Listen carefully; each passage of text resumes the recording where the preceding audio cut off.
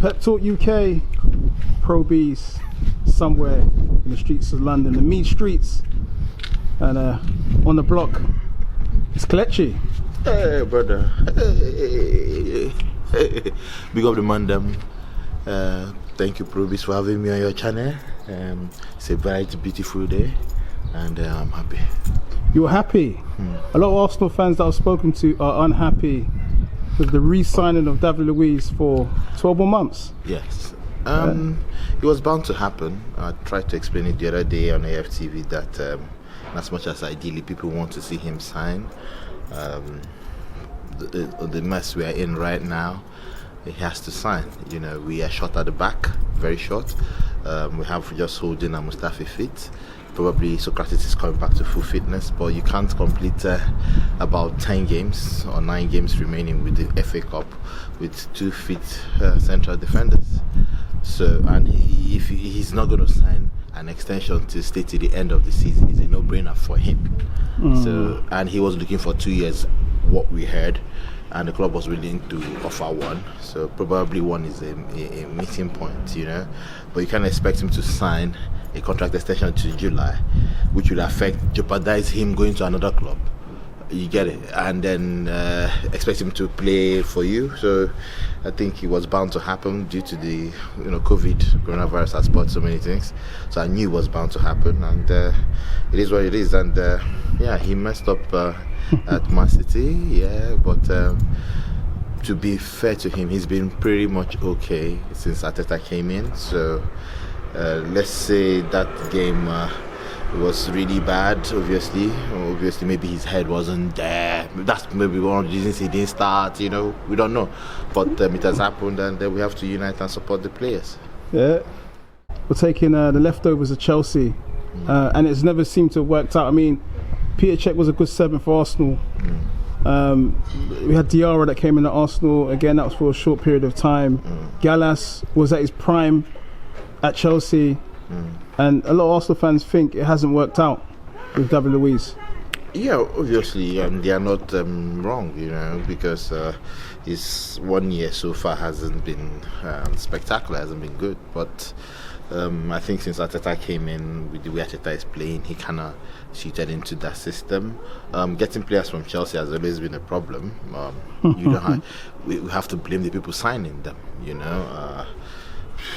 I keep saying, you had a chance to spend money with the 75 million, you know, on priority players that you need, and for me it wasn't properly spent. Yes, we need a winger, but we had problems at the back, and they went for the cheaper option in David Luiz for 4 million from a friendly agent. You know, these things are adding up, you know, and we're hearing rumors that they are going for Willian as well. So it's the situation we're in now.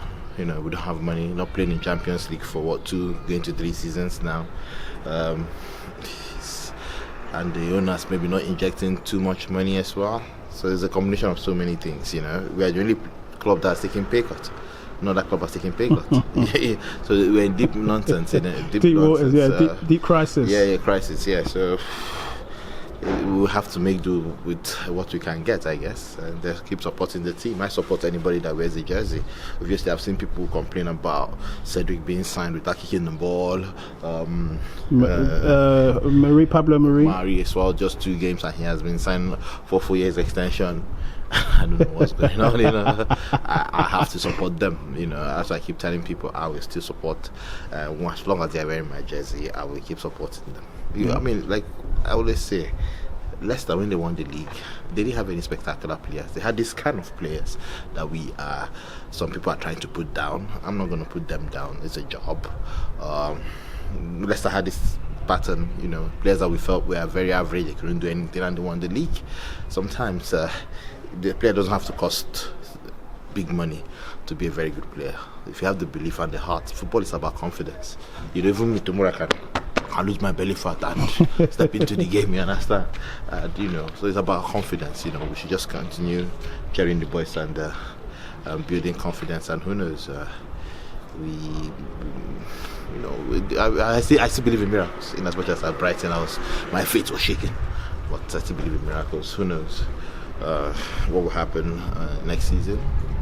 just a run of games, confidence. I think it's not left for us to build the confidence. Yes, they might not be top-notch players that we expect, but it's not left for us to build that confidence in them. Is there an argument that these mistakes that keep happening at the back are from the lack of defensive midfielder screening the back four? Yeah, that's possible as well. That's why I want everybody to just return to factory setting. When Torreira is fit, put him there. Tell him to sit, not to do box to box. Leave Xhaka. Let's have variety, and let's just have somebody sitting. That's why we have rumored that our brother Pate is coming. We welcome him if he comes. But, to add some jollof steel to the midfield. Well, if you say so. But I just want them to just have somebody stationed there. I think the part of the problem is that maybe Xhaka is instrumental to our play as well, but not mobile enough to do a box to box. And if you really have two people sitting, kind of that forward play, movement is not really there. So I can understand that, but I'm sure that's the job of the coach. That's why he's being paid to find solutions to those kind of issues on the field.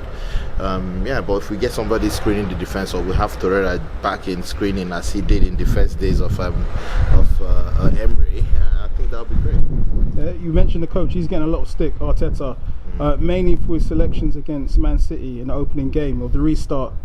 Blood in the youngsters, but blood in the youngsters, some people are saying against the wrong team in Man City. Well, I don't think I think the youngsters are actually playing better than the experienced players. If you look at it, the experienced players are letting us down. So what have the youngsters done wrong? I still back my youngsters. He had a game plan. The game plan was already out of the window in the first 5 minutes when his main guy Xhaka got injured. He had 2 injuries in that game, so you can't really blame him. I don't think you can blame him, if I'm being honest. The second game, the late substitutions, I didn't understand it, to be honest. I didn't. The 5 minutes to go, you're bringing in 3 players, so I didn't understand that. But the first game, he just went with the squad that he felt could get a result, and the squad was already decimated in the first 5 minutes. Do you think re-signing David Luiz has brought out the wrong message to Pierre-Emerick Aubameyang in terms of him re-signing his contract? Well, I don't know, he's going to be aware of the financial situation. Obviously, nobody, as a human being, if you have an option to get something very good, and you have the option to get something average, you go for the good one or the better one. That's the way it is in real life or in business as well. So it's possible they look at the finances, going to get somebody might cost more at the end of the day.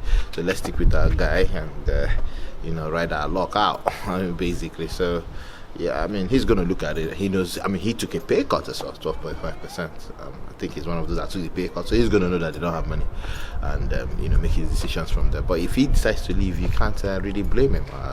I'll give him my blessings. He's done well for us, and whatever he decides will become Is it the same old thing with Arsenal, though? Because it looks like Arsenal really have players that are at the peak of their powers, and every single time it's like they have to replace them. You had that Ramsey, you had that even Henry as well to some extent. They never quite replace the player. They never quite put players on top of what they have. It's always replacing players. It's something that we need to change. That's why we have a contract negotiator and all the rest of them. I just feel that they should get their acts together so that all these losing our best players won't happen often. It's now becoming an Arsenal thing when people hit their peak, do well individually, and they're off, and you can't blame them. They have to take care of themselves. They have to win the biggest trophies. So Arsenal needs to get their acts together and see maybe when players, maybe that's what they've started with these players as well, because we've heard, although they are not the best of players, but we've heard they've signed for 4-year contracts as well. So the length of the contract is really important, because if you sign a 3-year contract, after the first season the person does well, it's beginning to, and if you don't sign second season, you're already in the last season. So 4-year contract gives you a bit of a cushion. So they need to get their acts together. Kelechi, it's been a pleasure once more to always link up. I'm ready for the dance. My guy Kelechi, Pep Talk. Make sure you subscribe.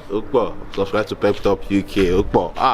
Not only football, he's into boxing, best in boxing podcast.